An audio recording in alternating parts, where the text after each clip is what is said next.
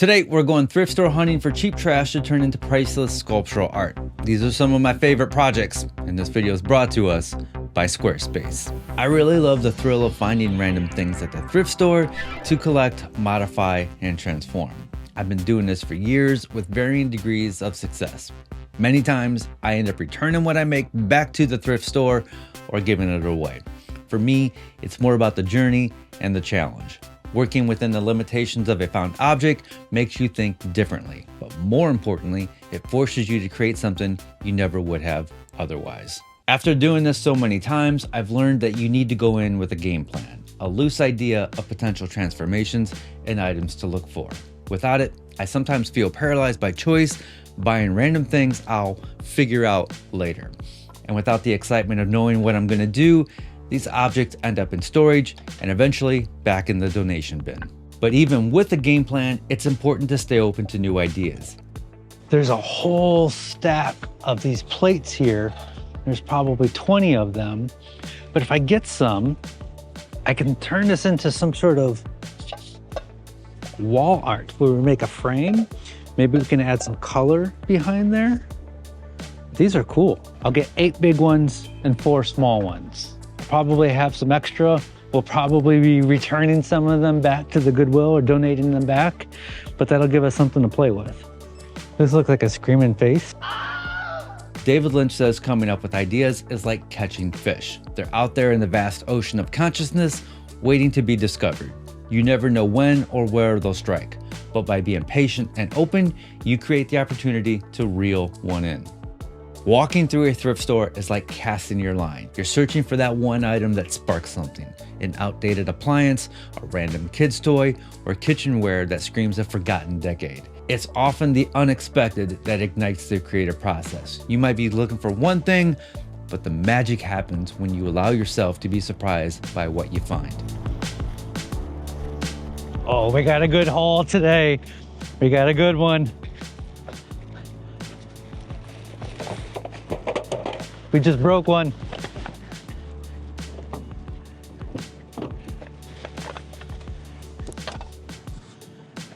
All good. All good.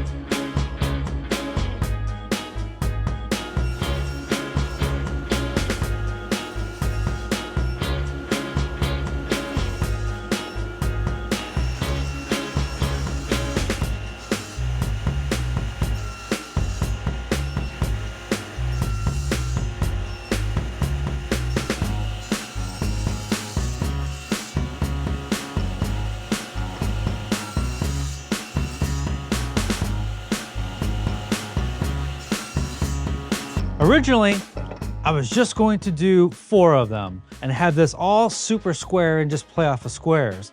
I bought 2 extra because things happen. But when I was playing with different arrangements, I like breaking up the squareness and going more with a 2x3 grid for that rectangular look. So I made the inside frame with half laps, and that's going to cover up these pieces and hold them to the backing board. In my head, this is all the further that I got. I didn't figure out how I was gonna attach this to a frame or what the frame is gonna be. I know there's gonna be colors behind the glass, but I'm thinking I should have made 3 of each one of these pieces because now I wanna frame, I need 4 more pieces. So basically, I just gotta make 2 more of these and 2 more of these.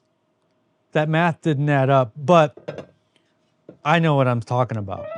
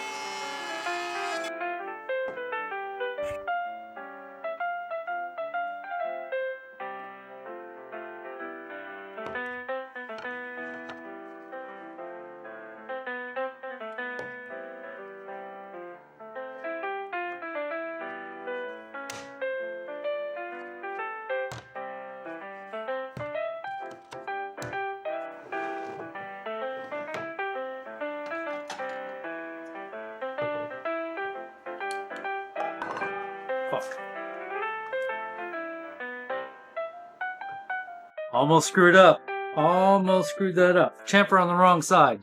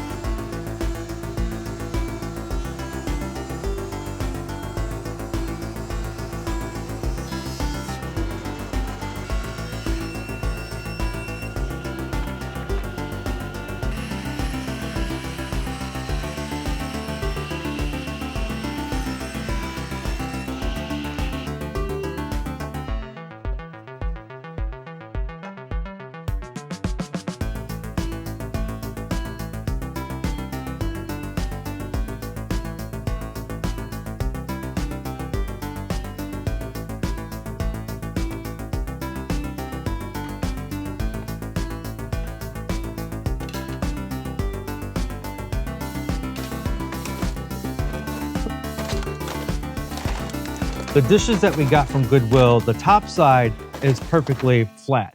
The bottom side has this amazing texture on there. And I want to colorize them for this piece.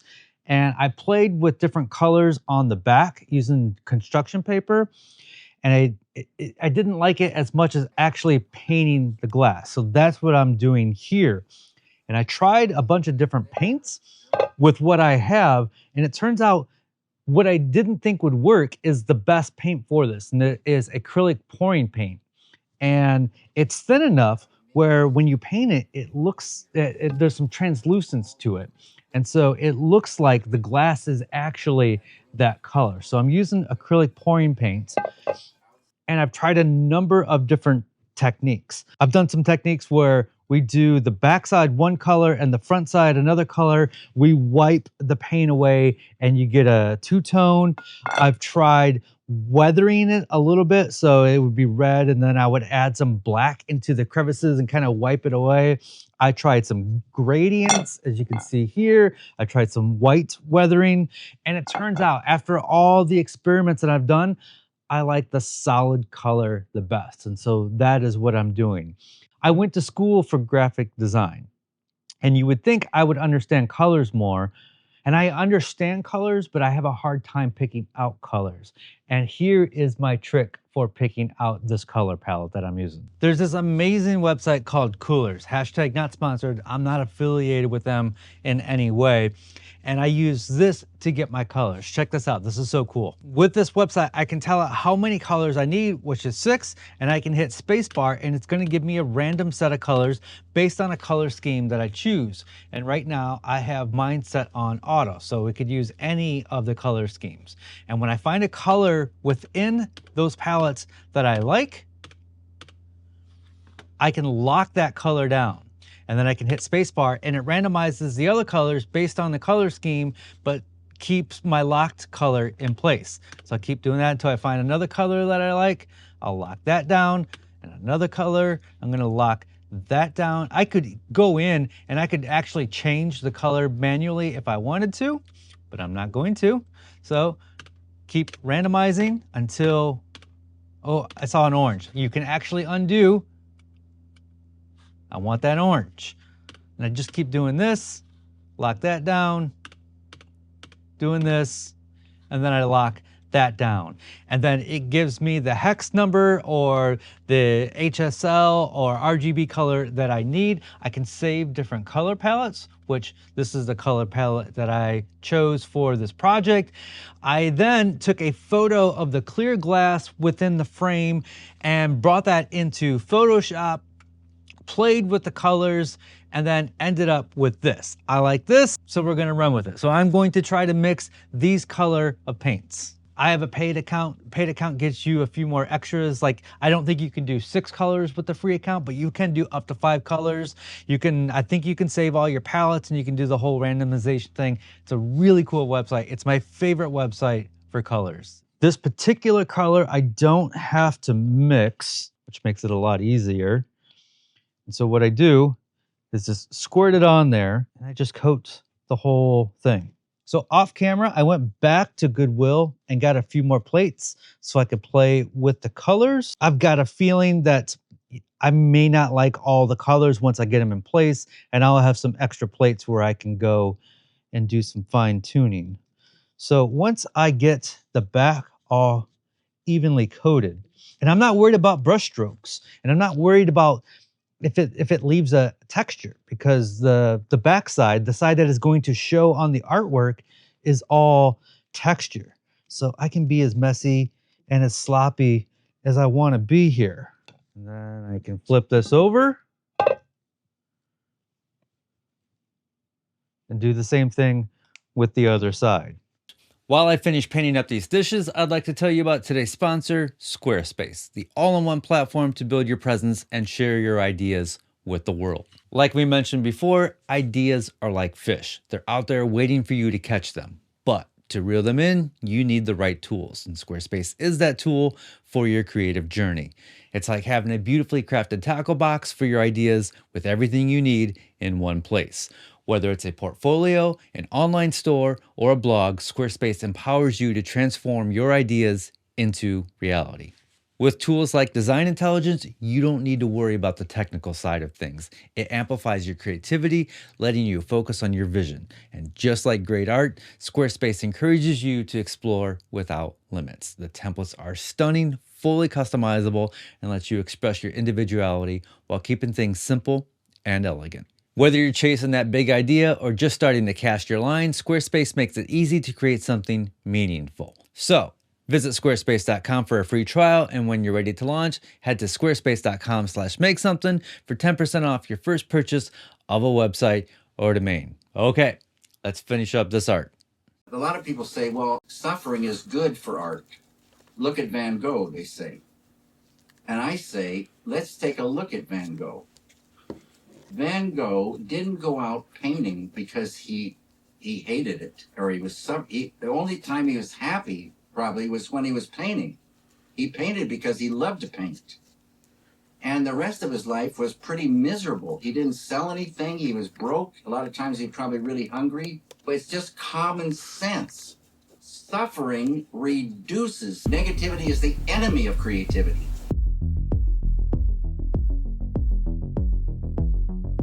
The enemy of creativity.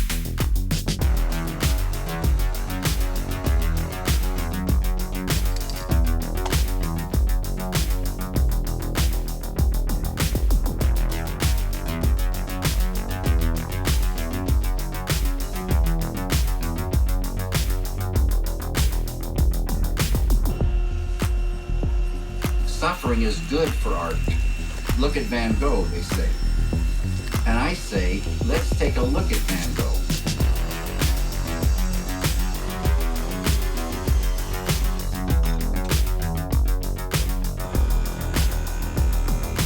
Negativity is the enemy of creativity. The enemy of creativity. The enemy of creativity. If you're sad or if you're filled with bitter anger, that occupies the mind. Maybe you do angry paintings, so what? You can do angry paintings, but be happy in the doing. This romantic idea, this a French idea, I say, this guy is starving in the garret. Negativity is the enemy of creativity.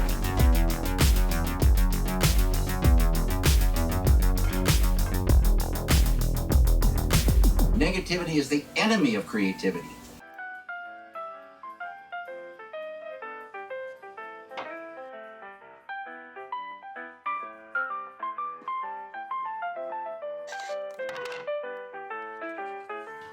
I bet some of you are wondering, why did you trap the glass in the frame? What if you wanted to add LED lights or be able to swap colors, or if one of the glass panel breaks? And my thought is, I don't want to make art that you have to plug in, at least not here. and I don't want the end user to be able to swap out the colors. These are the colors that I picked, and these are the colors it shall be. And if one breaks, that's how it goes. Them's the breaks.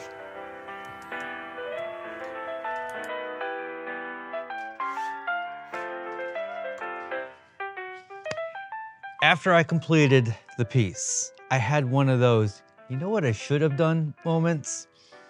And I like it. It's not going back to the Goodwill. But after I completed the whole thing, I was thinking, instead of putting all of the glass pieces into one frame, what if I would have framed each one individually with like a different shaped frame, and then all 6 pieces would hang on the wall with a little bit of space in between them to make one big shape. That idea excites me, and I'm going to save that idea for something else that I find at the thrift store or the antique store. So let me show you this. I still like it. I'm still happy with it. The reason I haven't hung this on the wall is this is really heavy. I don't think this wire hanger is going to support it, or there's a chance of breaking. So I need to order a heavier gauge wire. So you're not gonna see this on the wall just yet. One of the other thoughts that I had was breaking the glass after it was already in there. And I experimented with one of the extra pieces, and the glass broke into too many pieces. If it would have just broke into big chunks, that would have been really cool. But this is another idea that I'm gonna save for a future project. But imagine pouring epoxy into a container, letting that epoxy cure for a couple hours so it's not so liquidy, but it's not completely cured.